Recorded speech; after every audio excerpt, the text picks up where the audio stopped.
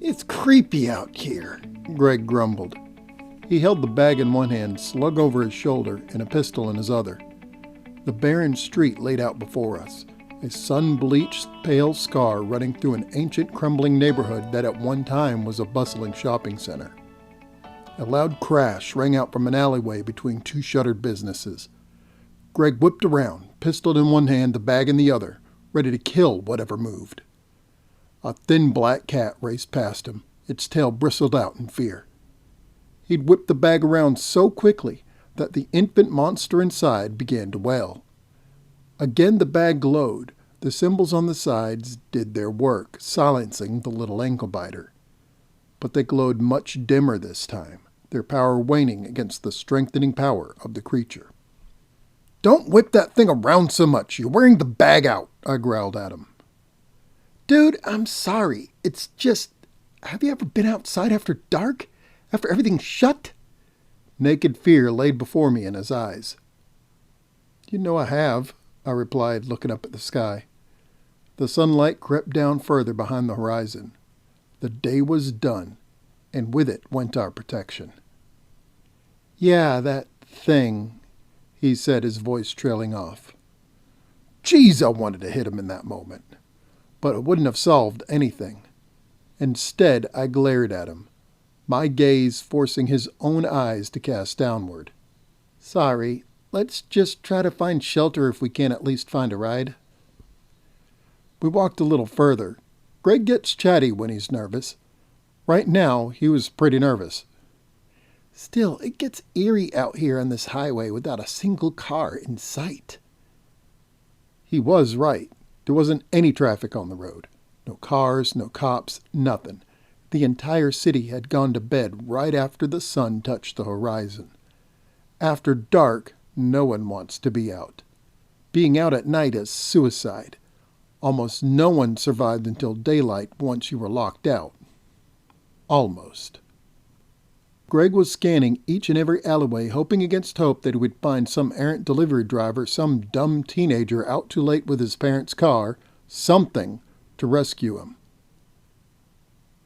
"You think we'll ever find a car?" he asked. "Not if you keep searching for one to magically appear," I grumbled.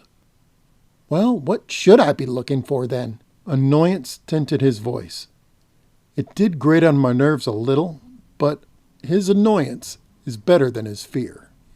Open businesses, a house with an open shutter that didn't or couldn't close, a garage that has a malfunctioning shutter system or open gate, something like that, I replied, still searching. We'd been walking and talking for some time. The little bundle of pain we were carrying had been quiet through all of it. Perhaps too quiet. "Greg, stop." I grabbed his shoulder and spun him around away from me. No glow from the bag, no movement either. I waited for a moment, then two. Nothing. I sighed deeply in relief and let go of his shoulder. Had it been my imagination? Greg gave me a look and began to turn back around. When he did, the little ankle biter's hand or foot or something pushed against the bag. Shit. "What's wrong?" he asked, panic rising in his voice. "Bastard's awake," I replied. "We have to move. Now." "Where, though?" He was waving his pistol at buildings lining the street. Each one had steel security doors rolled down and locked tight. Ancient brick storefronts had steel security doors lowered and locked. The few houses we passed earlier were locked up tight the same way. Nothing open, nothing out, no one around. "We gotta get inside one of these places," I said. "Somebody has to still be awake." I turned my head to look at Greg. A pistol was in my face. "What the?" was all I got out before he aimed an inch over my head and pulled the trigger. The sound of the report was deafening. I ducked instinctively and spun, grabbing my pistol as I did so.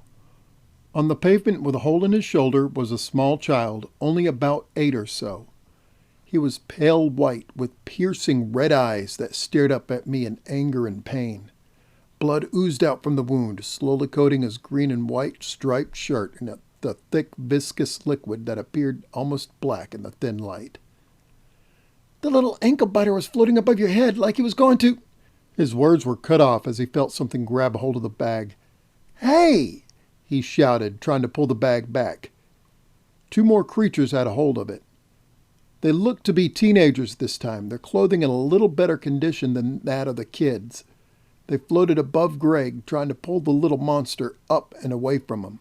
Pale fingers ending in dark claws snatched and tore at the fabric. The ankle biter inside screamed as Greg fought with them, his face peeled back in a grimace as he was dragged forwards. I pulled out my own pistol and aimed it downward at the one on the ground and fired a hole into its head. A thin wisp of smoke rose up from the new hole between its eyes. It didn't kill it, of course, but it would be out for a bit while its body repaired the damage. I raised the pistol up to one of the ones with their hands on the bag and pulled the trigger. White-hot rage filled its eyes for a moment, then it fell back, a clawed, pale white hand covering the red angry hole in its chest. The other teenager flew off for a moment and then tried to circle back around to attack me. Greg reacted just the way I knew he would. His fist flew upwards with a pistol in his hand, firing 2 shots. The vampire dropped to the street. "That makes up for all the dumb questions you asked earlier," I said, looking down at the vampires on the ground. "Shit, they're moving again." "Already? Why?" Panic began to fill Greg's eyes again as he spoke, his pistol swinging around to each vampire. "I don't know. Do you want to wait around and ask them?" The sarcasm in my voice broke through. We started running down the street blindly, sprinting away from our attackers. Our footfalls echoed through the street as we sprinted down the sidewalk. As our adrenaline rush finally began to wear down, we came to an intersection. An ancient street lamp spilled a pool of yellowish light over a rusted mailbox. We kept a wide berth of the light as we turned, walking up a slight hill. "We were lucky," I said finally as my heart rate began to slow down. "How the hell do you figure that? We barely escaped that one," Greg said. I walked onward, not bothering to look at him. "Because they sent their weakest ones first? If they had sent one of the stronger vampires? One of the older ones? We'd be both dead already." Greg gave a deep sigh. "Yeah, maybe they're just toying with us. All we need is a car of some kind. Any kind," I grumbled. Each business on this street was shuttered as well, with the same steel security doors covering every possible opening. The more expensive ones had images of a crucifix upon them with the words written in Latin across the top, blessing the business or home. However, on this street, too, there was not a single car parked. "Why all of that?" Greg waved a pistol at one of the particularly rich businesses, a jewelry store of some kind, with an ornate crucifix painted on the steel shutter that covered the door. A Latin blessing was written in gold paint above it.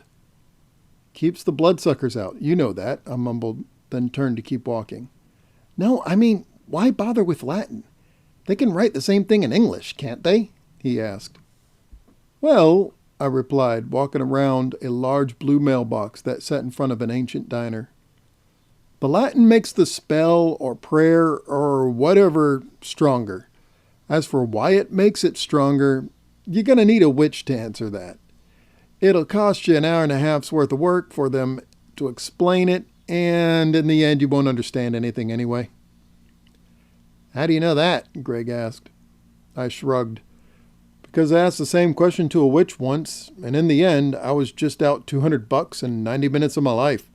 I didn't understand a damn thing." We reached the corner of the business and still nothing, not even so much as an unlocked shutter. "Is there one damn car in this whole godforsaken city?" I spat. Greg patted me on the back. "We'll find something," he said.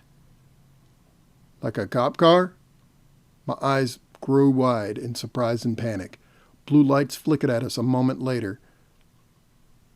The cops behind the wheel weren't human. 2 large individuals filled the front seats with massive arms and a large gut pressing against the blue fabric of the uniforms. In the dim light, I couldn't tell if their skin was dark gray or green, but I could see the tusks and the snarl that was familiar with all ogres. We both knew it would do no good to try and outrun an ogre. They may be large, They may be even fat by human standards, but they're faster than any human on foot, and they hit harder than a linebacker when they grab you. So we did the only thing we could do in a situation. We stared at them as they stared at us, wondering if they would make the first move.